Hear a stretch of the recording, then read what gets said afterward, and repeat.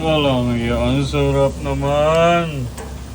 Ganito yung mga iyaw-iyaw na ano. Pwede na yan. Magkaroon lang ng charcoal ng konti. Oh. Kaya nga, initin lang yan eh. Oo. Parang dumaan lang sa ano. Pag sinabing sunog, hindi. Toyo lang yan. Kaya nga eh. Master, don't forget your ano here, ha?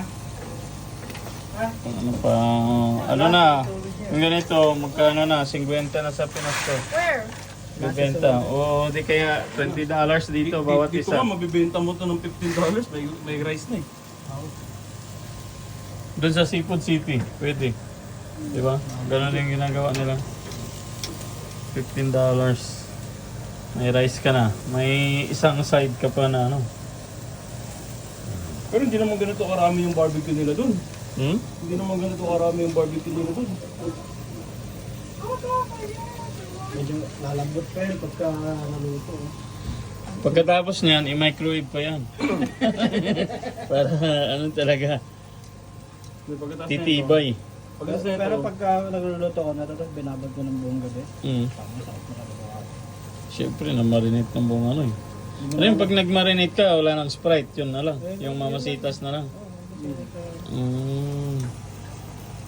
Yun na yun. Alam mo yung wrestler na malaki yung sa ano? Sino yung pinakamalaking ano? Si Kali? Oo, si Gali.